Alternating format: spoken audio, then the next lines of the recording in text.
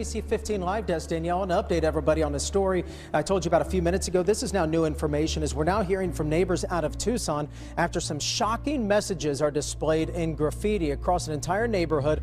I'll show you the video right now. The disturbing sight here in one Tucson neighborhood certainly has residents talking. ISIS-inspired messages on walls and cars. Spray painted there in that black paint. Phrases like destroy the government, attack cops. And one nobody wants to ever see, you are not safe. Residents so upset here they didn't want their faces to be seen. It's beyond horrible. You can't joke about people dying. There's no time that can pass that can make jokes like this jokes. This morning, we've learned there were other messages as well, such as there are bombs everywhere. Deputies from the Pima County Sheriff's Department are not taking this lightly.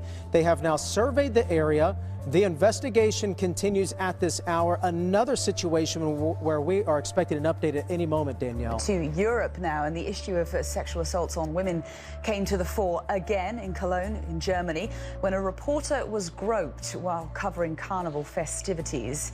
The reporter for a Belgian television station was kissed, taunted and inappropriately touched while doing her report. She yelled at the men and they eventually fled. Hundreds of women in Cologne claimed they were groped or robbed on New Year's Eve. Many blamed Arab or North African-looking men. The reporter in the latest case said the men spoke German. Scottsdale saying okay to Satanists. A city spokesperson says a group called the Satanic Temple asked yesterday to give an invocation at a council meeting. Mayor said, okay, this is going to happen now on April 5th. We're working to see if this is the same group that's been trying to lead an opening prayer at the Phoenix City Council for some time now. The sheriff of York County and Poquoson in Virginia is adding In God We Trust to his patrol cars. Here's a photo Sheriff J.D. Diggs posted on the county's Facebook page showing the new decal. He says his goal is not to offend anyone but to honor God, and that posting our national motto, quote, does not injure or threaten anyone. He continues, it is not an attempt to urge anyone to support or convert to any one religion. It is our national motto. No court anywhere in the United States has ever held public posting of In God We Trust violates the Constitution. This is out of the Daily Mail. Iraqi migrant rapes a 10-year-old boy at a swimming pool in Vienna and tells police it was a sexual emergency because he hadn't had sex in months. This is not out of the Onion, this is a real story. And again, it's absolutely tragic. A 10-year-old boy was so brutally raped by an Iraqi migrant in a swimming pool cubicle, and again, this is in Austria, that he had to be hospitalized for his injuries. A lifeguard immediately called an ambulance after the boy went to him in floods of tears, while the Iraqi was entertaining himself by repeatedly jumping off the 3-meter diving board. So this migrant rapes a child in the locker room, and it's so normal to him, it's so routine, and it's so justifiable because he hadn't had sex in months. That just means he can go and rape children and destroy their lives forever. He was so nonplussed by it, he didn't even try to escape. After raping a child, he went back to the swimming pool. Police arrested him on the spot at the pool in Vienna, and during an interrogation he told them that it was a sexual emergency as he had not had sex in 4 months. Again, this is what we're hearing out of these migrant camps. I get sent stories by people every single week. There was another one in Sweden recently where these rapes aren't being reported because in some cases, the victims sympathize with the rapist. This is why they call it Stockholm Syndrome, which has now become Cologne Syndrome after the mass molestation of women on New Year's Eve. So these volunteers in the migrant camps, the victims of rapes, are actually refusing to report them to police, refusing to give their testimony to the media, because they say the migrants are traumatized and they're just raping people because of the trauma that they were escaping. Even though the vast majority of them aren't even fleeing ISIS, they're not fleeing a war zone. Many of them are economic migrants who are flooding into Europe to claim benefits. And finally, the UN has warned that over 58,000 children will starve to death in Somalia if they are not provided with urgent support. UNA Chief for Somalia added that more than 300,000 children under the age of 5 are acutely malnourished. According to the World Body, nearly 1 million people are struggling every day to meet their food needs. The UN also says that 4.7 million people, or nearly 40% of Somalia, are in need of aid. The grim assessment comes amid severe drought in the impoverished, war-torn country.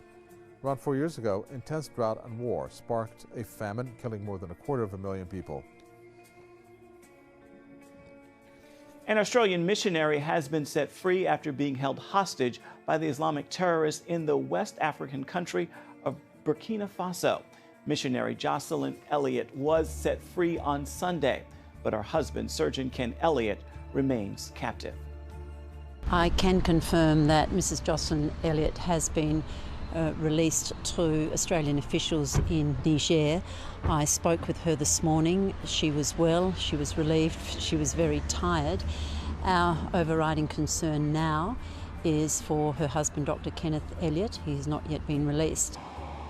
The couple was captured when Islamic terrorists attacked the capital of Burkina Faso, killing 30 people. Al-Qaeda's North African branch claims responsibility for that attack.